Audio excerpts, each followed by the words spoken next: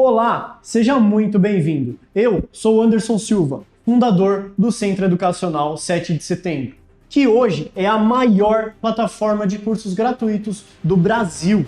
Aqui você encontrará educação acessível com a melhor qualidade de áudio e vídeo do mercado. Parabéns, você já está inscrito no curso. É muito importante que você permaneça no grupo. Não saia dele.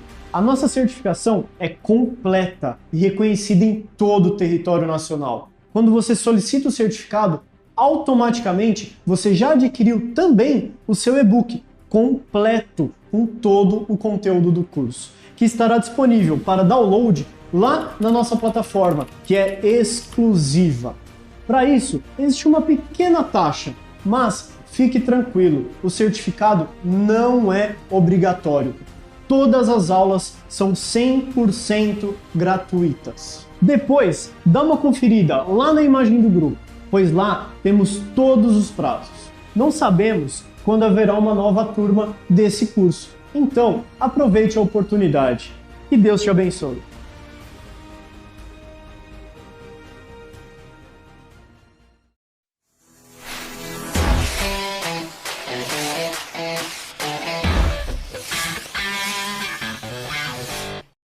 Olá pessoal, tudo bem? Meu nome é Thaís Costa Bento, eu sou psicóloga clínica infantil e hoje eu vim aqui apresentar para vocês o curso de Clínica Analítico-Comportamental Infantil. Essa primeira aula está dividida em duas partes sobre os conceitos básicos da análise do comportamento. A ideia é que a gente entenda um pouco dessa base, que é super importante, teórica da análise do comportamento, para depois entrarmos na clínica infantil em si. Porque lembrando, a análise do comportamento, apesar de muitas pessoas terem a ideia de que ela é uma técnica, então como se fosse uma receita do que fazer, o que não fazer, ela é uma ciência. Então tem muito estudo, tem muita teoria e não é só uma receita de bolo do que fazer com a criança. Para começar, eu trouxe alguns autores que eu vou passar brevemente sobre a história, sobre o que eles colocaram, mas só para a gente ter em mente os nomes que a gente precisa associar quando fala em ciência, em análise do comportamento. Então, o primeiro é o Thorndike, foi um dos primeiros, que eu vou trazer aqui nessa linha do tempo, que ele foi quem fez a primeira aplicação ampla do método experimental na aprendizagem animal. Então, ele fazia experimento com animais, mais especificamente com gatos, e aí ele criou a lei do efeito, que coloca a seleção do comportamento por suas consequências. E aí, depois do Thorndike, a gente teve o experimento do Pavlov, que aí já é mais conhecido por quem estuda psicologia, que estudou a digestão com o objetivo de compreender determinados processos fisiológicos. Ele era um fisiologista, não era um psicólogo, e ele fez um experimento com um cachorro e acabou descrevendo o que foi chamado de condicionamento respondente ou condicionamento pavloviano, em que a gente tem um reflexo que é aprendido. Eu vou mostrar mais claramente como que esses experimentos foram feitos, eu acho que vai ficar um pouco mais claro. Então, a imagem vamos começar pela ordem na imagem de baixo do gato, que é do experimento do Thorndike. Esse gatinho, ele ia explorando a caixa, porque ele precisava aprender como sair, e conforme ele ia fazendo os movimentos, ele acabava apertando a alavanca, que abria a caixa e ele podia sair para pegar a comida do lado de fora. Então ele ia nessa tentativa e erro, ia selecionando quais comportamentos que levaram ele até a saída da caixa, até ele aprender o caminho mais rápido para sair da caixa. Então, o Thorndike foi falando sobre essa lei do efeito, dessa aprendizagem que vai ser, vamos chamar que são comportamentos que foram selecionados pelas consequências. Apertar a alavanca, abriu a caixa, ele conseguiu sair e pegar comida, então ele aprendeu que se ele apertar a alavanca, ele associou, se ele apertar a alavanca, ele consegue sair para pegar o alimento. E aí, o Pavlov, por outro lado, veio fazer um experimento com cachorros, ele estava estudando o processo digestivo, a salivação, e aí ele tinha um tubo na boca do cachorro, igual tem aqui na imagem de cima, que contava a saliva. E aí, conforme ele dava comida para o cachorro e apertava a sineta, basicamente ele descobriu que o cachorro, só de ouvir o sino que anunciava que a comida ia chegar, começava a produzir saliva. Então, um reflexo que é inato, ou seja, não é aprendido, de salivar diante da comida, estava sendo associado com o som da campainha, da sineta, como a gente quiser colocar. E aí ele colocou então, ele chamou de condicionamento pavloviano, ou como a gente conhece, condicionamento respondente, em que um reflexo novo foi aprendido. Teve o pareamento aí entre um estímulo que antes não resultava em salivação, que era o sino, e aí agora, conforme ele foi sempre apresentando sino, comida, o cachorro aprendeu que quando tem sino, vem a comida, e aí ele saliva. E aqui a gente está falando de reflexos. A gente vai focar principalmente na do Pavlov, que foi a inicial, a que ganhou mais destaque, e depois tivemos o Watson e o Skinner, mas o Pavlov foi um dos que teve mais destaque, e é a que a gente sempre vê quando estuda a análise do comportamento por causa do condicionamento respondente. Então, basicamente, esse esquema, ele demonstra o condicionamento respondente. A gente tem 3 elementos que são mais importantes: o estímulo neutro, o estímulo incondicionado e a resposta incondicionada. Então, vou tentar explicar de uma forma que fique claro usando o exemplo do cachorro. Nós tínhamos um estímulo neutro, que era o sino. Então, quando tocava o sino, não fazia o cachorro salivar, não tinha essa resposta. Um estímulo incondicionado, que era a comida. Acho que a letra tá ruim, mas dá para entender. E uma resposta incondicionada, que era a salivação. Saliva. Então, toda vez que a gente tinha a apresentação da comida, o cachorro salivava. Em conjunto a isso, tocava, vamos dar aqui o exemplo, um sino. Então, a gente tem um sino, comida, salivação. Sino, comida, salivação. Isso é o emparelhamento, a gente está apresentando em conjunto.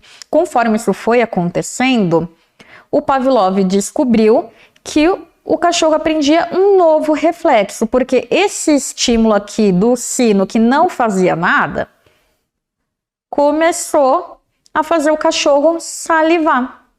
Então, o sino se tornou um estímulo condicionado, porque o cachorro aprendeu. Aqui no condicionado, a gente vai ter essa ideia de aprendizagem. Então, o cachorro aprendeu que quando tem o sino, indica que vem comida, e aí ele saliva. Então, essa é basicamente a teoria do Pavlov. Ele fez esse estudo, lembrando que ele era fisiologista, então ele fez experimento com os cachorros, porque ele estava estudando o processo digestivo, ele não estava estudando pessoas, mas ele descobriu que o organismo, no caso o cachorro, conseguia aprender um reflexo novo. Lembrando que esse reflexo é uma relação entre o estímulo, entre o sujeito e o ambiente, no qual não foi aprendido, ele nasceu já, igual como a gente vê os bebezinhos que se você colocar uma luz no olhinho deles, a pupila dilata ou retrai. Então isso não é aprendido, é inato do nosso desenvolvimento como seres humanos. E com base nesse emparelhamento é possível aprender novos reflexos. Então, Pavlov. Depois do Pavlov nós temos o Watson. Esse também já é um nome um pouco mais conhecido para quem já viu, já estudou em algum momento a análise do comportamento. Ele foi basicamente quem começou com o behaviorismo como ciência. Ele colocava que a psicologia tinha que ter como objeto de estudo o comportamento nesse viés metodológico, nesse viés científico. Então, ele propunha um estudo livre de conceitos mentalistas, que é o que a gente vai chamar de conceito mentalista. Aquela ideia que a gente tem da mente, então de algo abstrato que vai determinar o nosso comportamento. E que a gente deveria se focar no comportamento como essa relação entre organismo e ambiente. E ele se baseou aí na teoria do Pavlov para propor o estudo dessa aprendizagem do condicionamento respondente com seres humanos. Ele teve um percurso aí bem longo, bem controverso de pesquisa. Ele fez pesquisas com animais também, mas ele chegou a fazer um experimento com humanos que também é um pouco conhecido, um pouco, eu tô sendo singela, muita gente conhece, que é o experimento do pequeno Albert, lá em 1920, em que ele tinha como objetivo verificar se esse condicionamento pavloviano tinha utilidade para o estudo do comportamento emocional. Ele basicamente acreditou ter condicionado um novo medo, uma fobia no pequeno Albert, que era um bebezinho, que ele ensinou. E aí, assim, muitas análises são feitas de que se ele realmente conseguiu instalar uma fobia ou não. Eu vou colocar partindo do princípio de que ele conseguiu. Só para ficar mais claro para o nosso entendimento. Então, ele instalou uma fobia no pequeno Albert de ratinhos brancos. Então, sempre que o pequeno Albert, o bebezinho de, se não me engano, 10 meses, se aproximava de um ratinho branco do qual ele não tinha medo, o Watson batia, fazia um barulho alto que assustava o Albert chorava. Então ia mexer com o ratinho, barulho alto, o Albert chorava. Barulho alto, o Albert chorava. Então o estímulo neutro, que era o ratinho branco que não dava medo, foi emparelhado com um estímulo incondicionado do barulho alto, que dava medo no Albert. Então a resposta emocional dele era do choro, do grito. E aí, de tanto emparelhar esses dois estímulos, o Albert ficava com medo quando ele via o ratinho branco ou qualquer coisa parecida com o ratinho branco.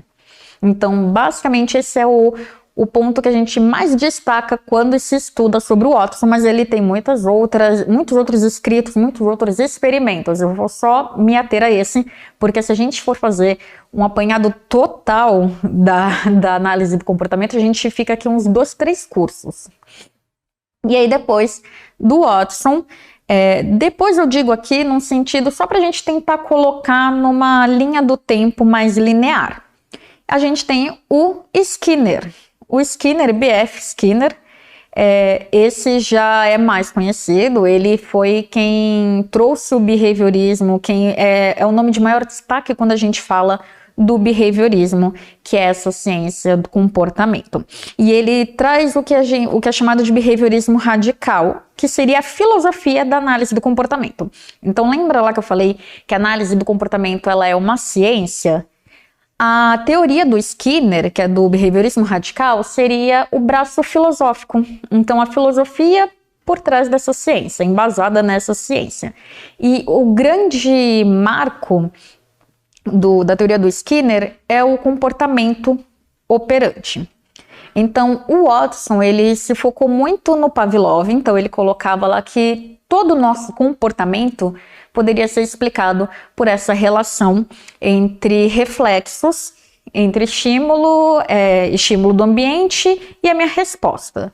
Então, como se tudo fosse passível de explicação por meio do condicionamento respondente.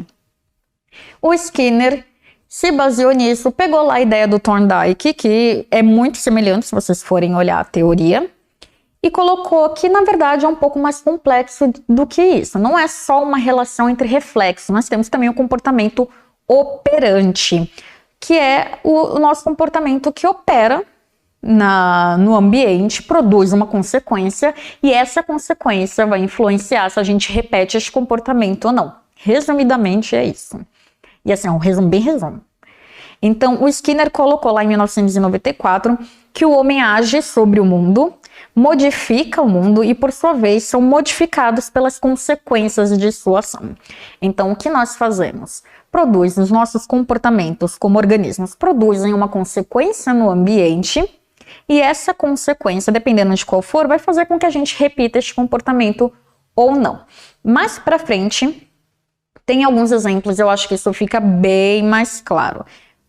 E até o porquê que eu uso tanto a questão do organismo e ambiente, que isso também é muito importante para a gente entender a teoria, e conforme a gente for avançando na aula e for tendo mais exemplos, isso vai ficando bem mais claro. Mas daqui para frente, nós vamos nos basear principalmente na teoria do Skinner, no comportamento operante ou condicionamento operante, que é a filosofia da análise do comportamento.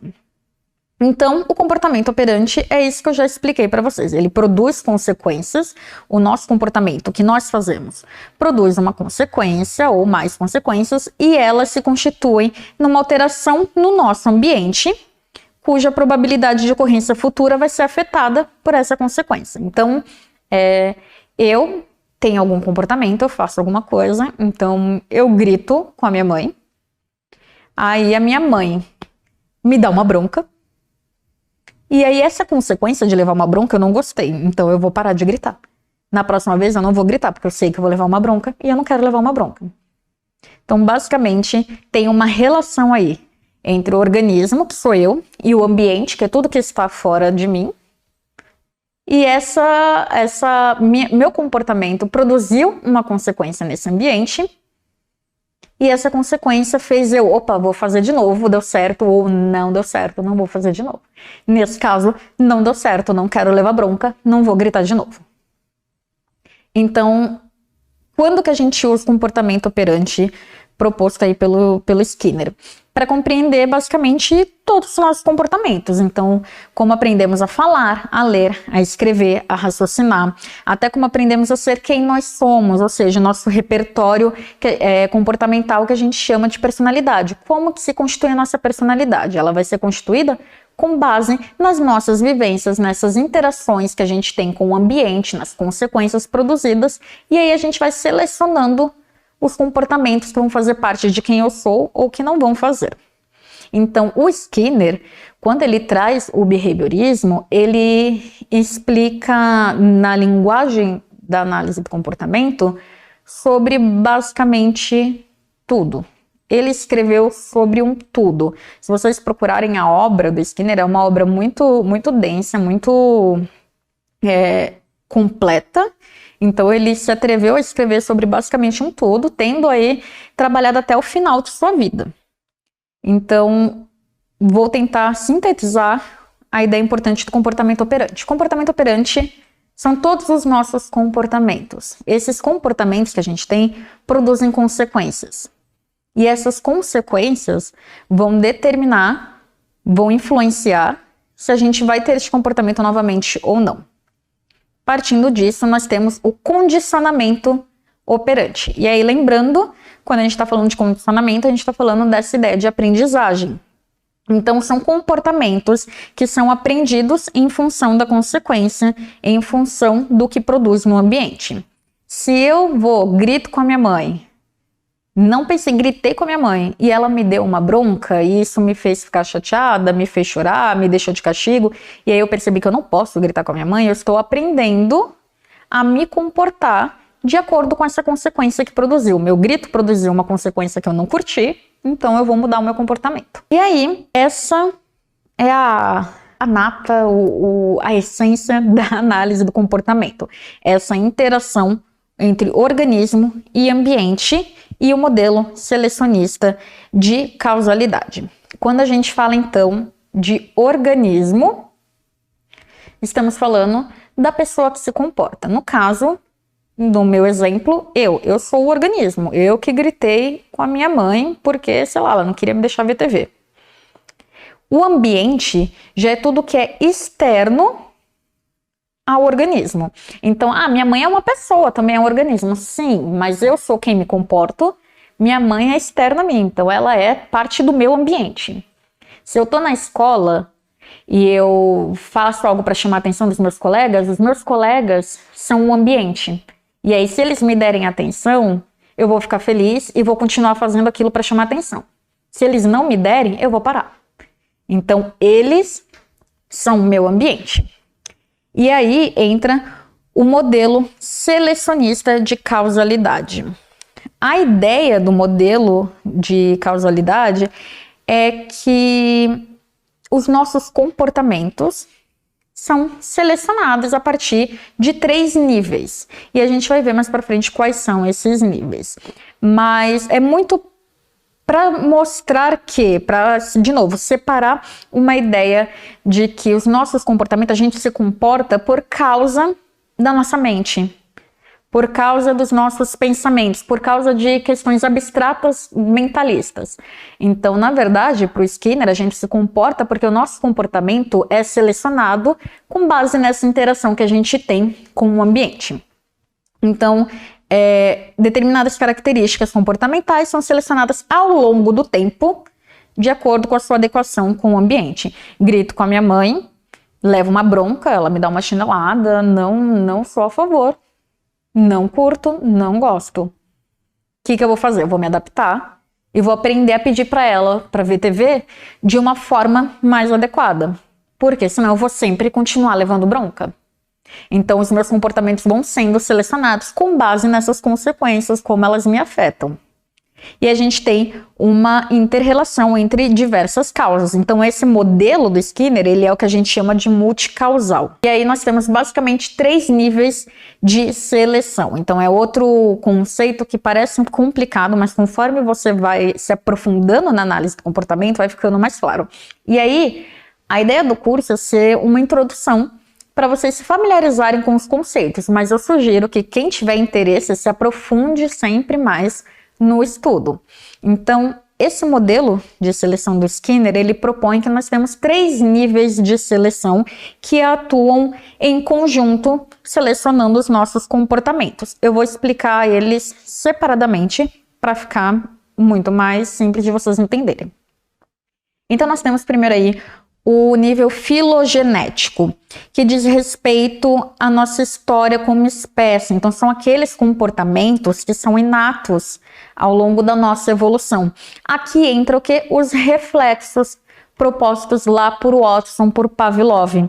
Então, os nossos comportamentos reflexos, por exemplo, da pupila retrair, de salivar diante da comida, do coração acelerar quando tem um barulho alto que nos assusta, são comportamentos que a gente não precisou aprender, eles são inatos, são porque nós somos da espécie humana. E eles então são selecionados por esse nível filogenético.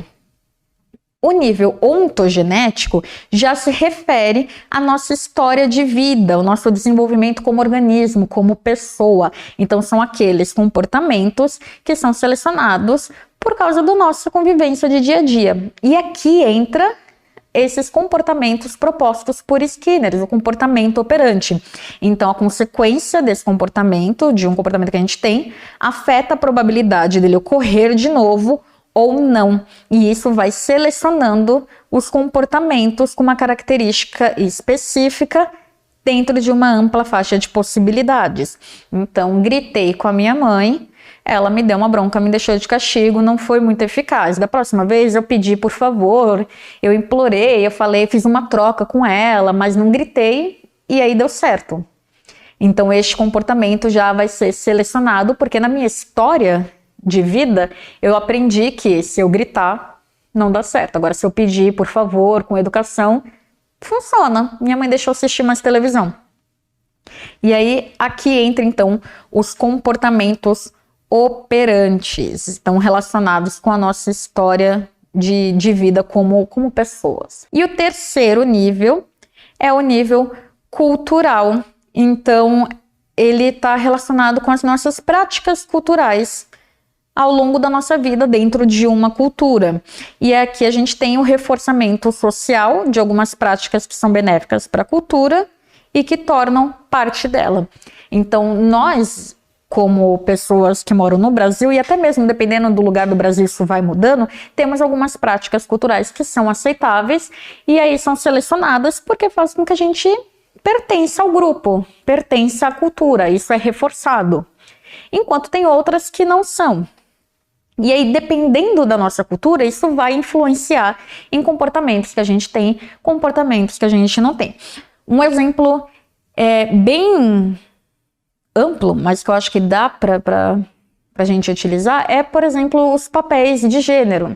Então, o que a gente espera que uma criança, uma menina tenha de comportamento que é reforçado pela sociedade, o que a gente espera que não. Quando a gente vê um menino correndo, pulando, se jogando, jogando futebol, se sujando inteiro. E aí, assim, isso pensando bem amplamente, não quer dizer que todo mundo faça ou pense dessa forma, mas só pra gente ter uma ideia de como isso muda em cultura. Isso é aceito, é mais bem visto, enquanto muitas vezes a gente ainda vê que quando uma menina tem esse mesmo comportamento, ela releva uma bronca da mãe, que ela tem que se comportar, que ela tem que ficar sentada, que ela tem que ficar mais quieta, porque não é coisa de menina. Então, em muitos locais, a gente vai se deparar com essa diferença de comportamento que a gente sabe que é uma questão cultural, social. E isso também vai ajudar, vai influenciar quando a gente for selecionar os comportamentos que a gente vai ter. Como eu me comporto na sala de aula vai ser diferente de como eu me comporto no barzinho. Por quê? Porque esses 3 níveis estão aí atuando em conjunto E aí, com base na minha história de vida, no meu desenvolvimento como organismo, como espécie humana e na cultura que eu estou inserida, eu sei mais ou menos como eu posso me comportar e como eu não posso. O que vai ser aceito, o que vai ser reforçado, o que não vai. Então aqui é só para a gente visualizar o que é. O nosso comportamento, ele é multicausal, não é só uma coisa que determina o nosso comportamento. Que vai determinar são as nossas características genéticas, o filogenético, nossa história única de reforçamento, que é a nossa experiência de vida. Então, eu posso ter crescido no mesmo ambiente que o meu irmão, mas nós dois temos comportamentos diferentes. Por quê? Porque cada um tem uma história única de vida, uma história única de reforçamento. E também a nossa relação com as práticas culturais. Esses são os chamados 3 níveis de seleção desse modelo proposto pela análise do comportamento, proposto por Skinner, que explicam o porquê a gente se comporta. Então, eu me comporto porque eu fiquei com raiva, eu me comporto porque a minha mente quis desse jeito. Para análise do comportamento não é bem assim. Nós nos comportamos por causa desses 3 níveis que estão aí atuando em conjunto para determinar o nosso comportamento. E aí, dentro da análise do comportamento, nós temos alguns paradigmas, alguns modelos que utilizamos para exemplificar, para deixar mais visível como é que funciona essa relação. O primeiro é esse daqui, do S-R, que é basicamente o modelo quando a gente fala do condicionamento respondente, não, do reflexo, do comportamento reflexo. Então, nós temos o S de estímulo e o R de resposta. Lembrando que estímulo, ambiente. Resposta, organismo. Pessoa que está aí se comportando. E a gente tem um estímulo do ambiente que produz uma resposta do organismo. No exemplo do reflexo, eu tenho um estímulo do ambiente, uma luz muito forte, e eu tenho uma resposta do organismo, minha pupila retrai. Então é inato, eu não aprendi. E aí, a gente parte disso para o paradigma proposto aí por Skinner, em que a gente já tem uma relação diferente. Nós temos um estímulo que leva a uma resposta que produz uma consequência. E aí, na tabela aqui de baixo, fica um pouco clara essa relação. Então, de novo, quando a gente tem tudo que acontece fora do organismo, é ambiente. Então, o estímulo vem do ambiente. Minha mãe pediu para desligar a televisão. Eu tenho uma resposta. Então, eu, organismo, tenho uma resposta, eu grito com ela. E aí, produz uma consequência nesse ambiente, que é a minha mãe me deixar de castigo. Isso é a tríplice contingência, que é uma parte muito importante da análise do comportamento. Quando a gente começa a atender na análise do comportamento, vai lá atender as crianças, vai atender as crianças autistas, quem que a gente for atender na análise do comportamento, a gente vai estar sempre verificando essa dinâmica aí entre o que aconteceu, que é basicamente quando a gente pergunta assim, o que foi que aconteceu? Tá, e o que você fez? E aí o que aconteceu depois? É basicamente essa relação. Qual foi o estímulo antecedente? O que aconteceu? E o que você fez? Qual foi sua resposta? E aí o que aconteceu depois? Qual foi a consequência? Então, a gente vai estar sempre fazendo essa relação aí entre organismo e ambiente para identificar a tríplice contingência. E aí eu trouxe alguns exemplos e aqui inicialmente vamos pensar no que provavelmente vai acontecer em outras situações. Então, por exemplo, a mãe, o pai, o responsável chega para vocês e fala, o Jota, que é a criança, sempre chora quando vamos ao shopping porque ela quer comer lanche. Aí, para não passar vergonha, eu compro. Então, pensando que quando ela chora, ela ganha o lanche, qual que é a probabilidade de acontecer, do comportamento se repetir ou não na próxima vez que forem ao shopping? Provavelmente, o que vai acontecer uma outra vez que ela for ao shopping e quiser o lanche? Ela vai chorar? Ela não vai? E aí isso indica o quê? Que o comportamento de chorar deu certo, então ele vai ser selecionado ou não? E aí, assim, quando eu falo de que esse comportamento vai ser selecionado, não é uma coisa de acontecer uma vez, então já era, vai estar sempre no comportamento dela. Isso tudo é um processo, só que para vocês entenderem inicialmente, eu acho que essa forma fica melhor. Mas pensem sempre em um processo que decorre tempo, que decorre vários acontecimentos. Muitas vezes um comportamento ele vai sendo aí reforçado por vários anos e aí ele entra no padrão daquela pessoa. Então, não é porque uma vez a criança chorou e ganhou lanche que agora pro resto da vida dela ela sempre vai chorar para ganhar um lanche. Mas a título de exemplificação é um exemplo eficaz. Segundo exemplo. Eu tinha que ir no mercado, mas desisti porque sempre que saíamos ele faz birra. Para evitar o estresse, eu nem vou no mercado. Então, eu tenho que sair. Só que como a minha criança sempre faz birra, eu desisto de sair. E aí, então, eu não passo vergonha no mercado. Qual que é a chance de eu continuar fazendo isso? O que vocês acham que vai acontecer futuramente? Eu vou ignorar o choro e vou sair? Ou é mais provável que eu pare de ir no mercado, pare de sair sempre que eu estiver com a criança, porque aí evita de eu passar vergonha na rua?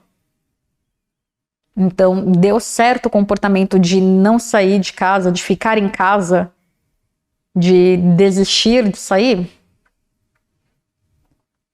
Ela fez toda a lição da escola, então eu deixei jogar videogame por 1 hora. Então, a criança fez a lição e ganhou uma recompensa aí, que foi jogar videogame. Provavelmente, o que vai acontecer da próxima vez? É mais provável que essa criança faça a lição ou não faça a lição. E o último exemplo. Em casa, sempre que ele quer minha atenção, começa a gritar. Aí eu preciso de parar o que eu faço para dar atenção para ele. Então, a criança gritou, parei de limpar a casa, de fazer a comida, fui lá dar atenção. Provavelmente, o que vai acontecer da próxima vez? A criança vai gritar ou não? E aí, eu gosto de falar que quando a gente está falando desses exemplos, quando a gente está usando esses exemplos, estamos no universo das probabilidades. Não é um livro de receita. Então, não é porque, chorou, ganhou atenção, vai chorar sempre.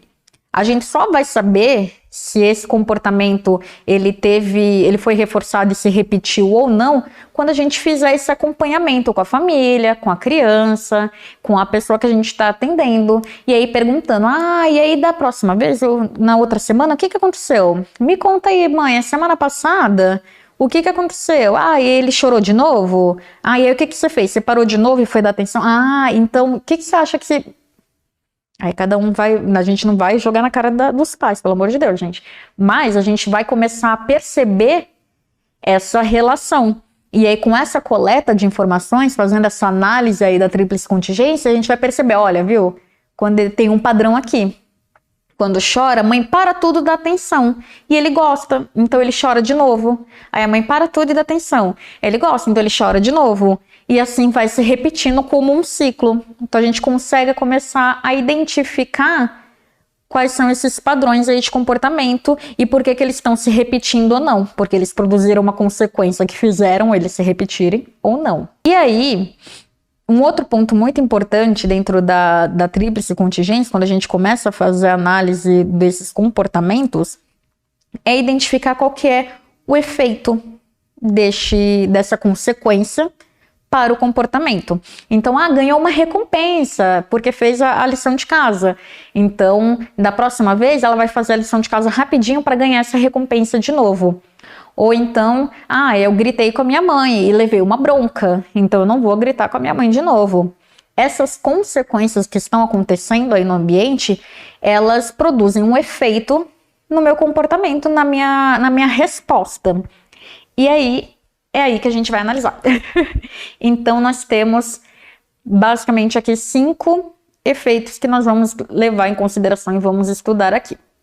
O reforço positivo, então já é uma palavra que muitas vezes a gente utiliza, talvez não do jeito certo, mas que a gente já é familiarizado. Então, olha aí, viu? Reforçou. Tá reforçando esse comportamento. Então, a gente entende mais ou menos o conceito. O reforço negativo, a punição positiva, punição negativa e a extinção. Eu fiz em formato de tabela porque eu acredito que vai ser mais fácil de compreender. E aí eu vou tentar resumir essa tabela. Então, nós temos o reforço. Sempre que falamos de reforço, estamos falando de algo que aumenta, uma consequência aí, que aumenta a probabilidade de ter esse comportamento de novo. Ela fortalece o comportamento. E quando a gente fala de punição, a gente está falando de uma consequência que diminui a probabilidade do comportamento. Ela enfraquece este comportamento. Mesma coisa quando a gente está falando de extinção. Estamos falando da diminuição da probabilidade de eu ter este comportamento de novo. A grande sacada que vocês precisam ter, e às vezes é difícil disso entrar na nossa mente quando a gente está começando a estudar análise do comportamento, é que quando a gente fala de positivo e negativo, a gente não está falando de bom ou de ruim. A gente está falando de algo que foi acrescentado ou retirado. Então, reforço positivo, eu tenho aí uma consequência que aumenta a probabilidade de eu ter aquele comportamento de novo, porque eu acrescentei um estímulo reforçador, ou como a gente costuma falar, algo agradável. Então, a menina que fez a lição de casa, ela tem chances, a probabilidade dela chegar em casa no dia seguinte e fazer a lição rapidinho é maior. Por quê? Porque quando ela faz a lição de casa, ela ganha um estímulo reforçador que ela gosta, que é o videogame. Então, faço, ou outro exemplo que tem aqui, faço a lição de casa, e aí a minha consequência é receber o elogio da professora. E isso é algo que é acrescentado, então eu ganhei um elogio, e para mim é bom, eu gosto de elogio. Então, para mim vai ter um efeito reforçador positivo. Aí, por que é bom a gente ter essa ideia de não é positivo e negativo, não quer dizer bom e ruim? Porque quando a gente fala de reforço negativo, a gente ainda está falando de algo, uma consequência que aumenta a probabilidade do comportamento se repetir, então fortalece esse comportamento, mas pela retirada de um estímulo aversivo. Aqui eu citei a fuga e esquiva, mas eu não vou me aprofundar nisso, só para vocês saberem que dentro do reforço negativo tem esses dois tipos, mas basicamente os dois estão falando do quê? Retiramos um estímulo aversivo, algo que eu não estava gostando, foi retirado, e aí isso faz com que eu tenha este comportamento novamente, aumenta a probabilidade de eu ter esse comportamento novamente. Exemplo, a mãe começa a dar bronca na criança, a criança vai e arruma o quarto. A mãe ainda vai chegar em casa, então a criança sabe que se ela não arrumar o quarto, ela vai levar uma bronca, então ela já vai, se antecipa e arruma o quarto, tem um comportamento. Aí qual que é a consequência? A bronca para. Então, o exemplo da mãe que a gente viu anteriormente, de que ela deixa de sair de casa para evitar passar vergonha no mercado. Então, toda vez que ela sai, a criança faz alguma coisa, se joga no chão porque quer um brinquedo e ela fica com vergonha. Então, em algum determinado momento, ela decide assim, não vou sair. Deixou de sair, ficou em casa, evitou passar a vergonha no mercado. E essa consequência de evitar passar a vergonha reforça o comportamento da mãe de ficar em casa. Porque aí retira ou ela evita ter contato com isso que era negativo, que era aversivo, que era ruim para ela. Então, reforço, estou aumentando, fortalecendo um comportamento, seja pelo acréscimo de algo reforçador, algo que a pessoa vai considerar agradável, seja pela retirada de algo que ela considera ruim para ela. Punição. Tanto a punição positiva quanto negativa, a gente está falando então de diminuir a probabilidade de um comportamento voltar a se repetir. Na punição positiva, a gente vai diminuir a probabilidade do comportamento voltar a acontecer, acrescentando algo que vai ser aversivo para a criança. Então, grito com a minha mãe, levo uma bronca. É aversivo, eu não gosto de levar bronca. Então, eu ganhei...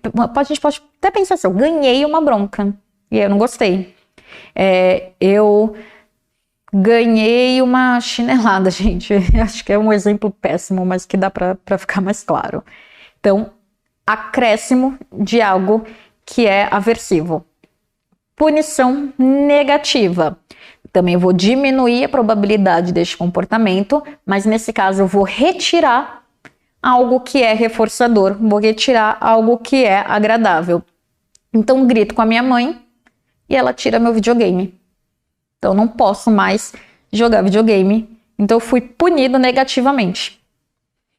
E aí, a extinção, que também estamos falando aí de diminuir a probabilidade de um comportamento voltar a acontecer, mas por meio de um processo diferente, eu tenho a suspensão de um reforçamento. Então aqui na extinção a gente tem já uma história de um reforço positivo, então algo que estava sendo reforçado anteriormente, e aí eu decidi que assim, olha, toda vez que eu faço isso, esse comportamento volta a acontecer, eu não quero mais que aconteça, então eu vou parar, ou seja, vou retirar este reforço positivo. Por exemplo, toda vez que eu faço lá a lição de casa, eu recebo um elogio da professora, e eu acho muito legal, isso me motiva, continuo fazendo a lição de casa. Aí agora, toda vez que eu faço a lição de casa, por algum motivo, eu não recebo mais o elogio da professora. Esse reforçador foi retirado. E aí acaba a minha motivação. Então, vou fazer menos, vou diminuir, não vou prestar tanta atenção assim, não vou me dedicar tanto à lição de casa. E aí vai tendo uma extinção deste comportamento. E aí, de novo, aqui a gente está dentro do mundo das probabilidades. Então, não é uma regra que só porque a professora não elogiou a minha lição de casa, que eu nunca mais vou fazer a lição de casa. Não é isso. O processo é muito mais complexo, leva mais tempo para a gente analisar do que nesses exemplos aqui. Tanto que nesses exemplos a gente está vendo basicamente a relação entre resposta e consequência. A gente ainda nem começou, a gente não levou aqui em consideração o antecedente, mas é só para vocês irem entendendo que essas consequências, elas possuem efeitos, e esses efeitos vão mudar a probabilidade de eu ter de novo um comportamento ou não, de eu ter de novo uma resposta ou não. Então, agora eu vou colocar alguns exemplos, o que eu sugiro que vocês pausem e pensem na resposta. Vai ter a frase da situação como geralmente a mãe, o pai, o responsável conta para vocês. E aí eu quero que vocês pensem se isso provavelmente é um reforço, é uma punição, é uma extinção, quer dizer o quê? Que vai acontecer de novo, não vai? Qual que é a probabilidade aí? Então vamos para o primeiro. Eu só olho e ele já sabe que se continuar a fazer isso, vai apanhar. Então ele para na hora. Então, pensando aí no comportamento dessa criança, o que vocês acham que acontece? Então, vou dar uma pausa para vocês pensarem, mas podem pausar também. Então, essa criança, ela tá fazendo alguma coisa que não é adequada. A mãe, a consequência dela tá fazendo essa coisa adequada é a mãe dar uma olhada assim, daquelas. Então, o que vocês acham que vai acontecer aqui? Provavelmente essa criança, quando ela para na hora, ela já tá tendo esse comportamento para evitar que alguma coisa aconteça, que ele apanhe. Então essa criança está agindo aí por reforço negativo, ela está fazendo algo, então ela está parando de se comportar daquela forma, seja gritar, seja fazer a birra, porque ele sabe que se continuar, a consequência vai ser uma punição, vai ser apanhar. Então ele prefere ter um comportamento aí que a consequência acaba sendo a evitação de algo que ia ser aversivo. Segundo exemplo, eu parei de responder quando ela me chama gritando, aí agora ela parou, ela não grita mais. Então o que aconteceu aqui? Vamos supor que eu vou dar um contexto para ficar mais fácil para vocês pensarem qual que é a resposta. Tinha uma história de que toda vez que a criança queria alguma coisa, ela chamava a mãe gritando para chamar atenção mesmo. E a mãe parava tudo que estava fazendo para ir dar atenção para a menina. Então agora a mãe parou de atender quando a criança chama ela gritando, e aí aos poucos a criança foi parando de gritar e até o momento que ela não grita mais quando ela quer chamar a mãe. Então, o que vocês acham que aconteceu aqui? Qual que é a probabilidade futura? E aí a gente pode ver que aqui nós temos um processo de extinção. Deixa eu pôr aqui que é o reforço negativo. Aqui é a extinção. Por quê? Porque a gente tinha uma história de reforço, então toda vez gritava, era atendida. Gritava, era atendida. Gritou, a mãe não atendeu. Gritou, não atendeu. Então essa criança parou de gritar, diminuiu este comportamento. Próximo exemplo. Ele começou a reclamar, deu 2 gritos e já acabou a choradeira. Nesse exemplo, o que é que aconteceu? Então a criança gritou, a consequência foi ganhar aqui, receber grito, receber algo que para ela não foi muito legal. E aí o que aconteceu? Parou de chorar. Então, provavelmente, na próxima vez, essa criança ele vai começar a reclamar, ele vai ficar com choradeira? Não, porque ele sabe que a mãe vai gritar com ele, e aí ele vai parar rapidinho, ele não vai gostar, ele não vai curtir. Ou seja, nós temos aqui uma punição positiva. Ele recebeu algo que foi aversivo, que foi o grito. E aí isso fez com que este comportamento fosse diminuindo. Então, da próxima vez, ele não vai reclamar, ele não vai fazer choradeira, porque se a mãe gritar, ele não gosta. Próximo exemplo. Ela ficou dormindo ao invés de fazer a lição de casa, então deixei de castigo 1 semana sem celular. O que vocês acham que aconteceu? Então aqui nós também temos uma punição, algo que foi aversivo, ficou aí de castigo, perdeu o celular. E o que foi essa punição? Ela acrescentou algo ou retirou algo que era prazeroso, que era reforçador? Retirou algo que era reforçador. Então, punição negativa, diminui este comportamento, provavelmente ela não vai dormir ao invés de fazer a lição de casa, ela vai chegar em casa, ela vai fazer a lição de casa. Por quê? Porque ela não quer ficar de novo sem o celular. E aí, olha só que interessante. Vamos supor que isso foi o que aconteceu. Então, da primeira vez, dormiu ao invés de fazer a lição de casa, 1 semana sem celular. Foi uma punição negativa. Então, vai diminuir a chance dela fazer isso. E o que ela vai fazer? Ao invés, ela vai chegar em casa e vai pensar, eu vou fazer logo a lição para não ficar sem celular.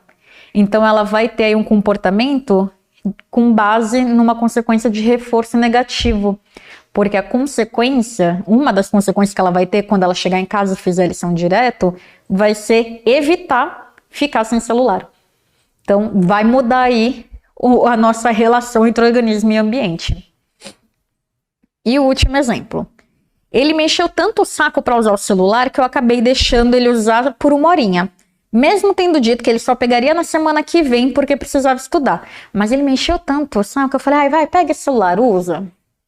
Então, o que aconteceu aí? Esse comportamento de encher o saco, de implorar, insistir para ter o celular, foi reforçado. Então, nós temos um reforço positivo. O comportamento dele de encher o saco da mãe ou do pai resultou numa consequência aí que é prazerosa, que foi reforçadora, que é ganhar o celular. Então, da próxima vez, qual que é a probabilidade? A probabilidade é que ele continue persistindo, enchendo o saco da mãe quando ele quiser usar o celular, porque ele sabe que no final a mãe cede e acaba deixando. Então, por isso que é importante a gente entender essa dinâmica entre organismo, ambiente, comportamento e sua consequência, e qual que é o efeito dessa consequência. Porque isso vai dizer muito sobre o porquê que a criança está se comportando daquela forma. Conforme a gente vai fazendo esse levantamento, vai tentando entender essa dinâmica, a gente consegue compreender melhor e deduzir, então, olha, então provavelmente, mãe, é por causa disso. Vamos tentar fazer de uma forma diferente? Vamos tentar fazer a intervenção de uma outra maneira? E aí a gente consegue ir mudando esses padrões de comportamento, principalmente aqueles que a gente vai ver que são inadequados, que são os comportamentos que geralmente levam essas famílias até a terapia. Então, aqui nesse último slide temos um resumo do condicionamento operante, então dessa aprendizagem proposta por Skinner, que basicamente é como nós aprendemos os nossos comportamentos que nós temos hoje, como nós aprendemos a ser quem nós somos. Então, lembrando aqui, temos uma relação entre organismo e ambiente. Nosso modelo, que é a tríplice contingência, nós temos um estímulo que leva a uma resposta que produz uma consequência. E essa consequência, ela pode produzir esses efeitos. Ela pode ser uma consequência reforçadora, que aumenta o comportamento, seja porque adicionou um estímulo ou porque retirou um estímulo. E aí dentro dessa retirada nós temos a fuga e a esquiva. Vocês podem dar uma lida melhor, quem tiver interesse em se aprofundar nesse aspecto. Ou essa consequência pode ser uma punição, ela pode ser uma consequência punitiva, em que diminui a probabilidade deste comportamento acontecer, seja porque eu adicionei um estímulo que é aversivo, que é indesejável, ou porque eu retirei um estímulo que era desejável, que a criança estava gostando. E aqui, só para a gente também temos a extinção, que também vai diminuir a probabilidade de um comportamento, porque vai romper aí com essa relação que existia de reforçador. Então a criança vai perder acesso ao reforçador daquele comportamento. E aí ele vai diminuindo até que ele volta ao seu estado normal, ele não é mais reforçado. Esse é um resumo. Como vocês podem ver, a análise do comportamento, ela tem muita coisinha, ela pode parecer complexa, mas conforme vocês forem revendo, estudando, fazendo exemplo, eu acho que exemplo ajuda muito, forem se aprofundando nas leituras e estudando mais sobre isso, isso tudo se torna muito mais natural, muito mais compreensível, fica muito mais fácil de entender. Eu acho que a ideia principal que vocês têm que ter em mente é que na análise do comportamento vamos falar de uma relação entre a pessoa e o seu ambiente. O que essa pessoa faz produz uma consequência nesse ambiente, e essa consequência pode ser reforçadora, pode ser punitiva, e dependendo do que ela for, essa pessoa vai repetir este comportamento que ela fez ou não vai. E é essa dinâmica que vai fazendo a gente se comportar e ser o que nós somos. E é nisso, em cima disso, que como psicólogos, como analistas do comportamento, nós vamos trabalhar. Bom, essa foi a nossa primeira aula, mas a gente continua vendo esses aspectos iniciais da análise do comportamento na próxima aula. Obrigada!